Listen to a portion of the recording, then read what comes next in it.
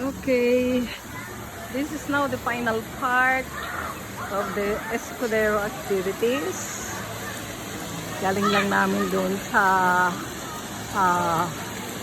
cultural show. So we're here to do for the raft sailing. Eto, may mga swimming pool pala rito. Mga paliguan. Ng ibang activities dito. So, ano, maliligo tayo? Di ka na maliligo? Ayaw mo na?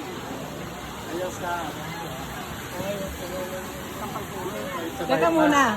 Naka-video ako. Naka-live ako. Wow! Sige.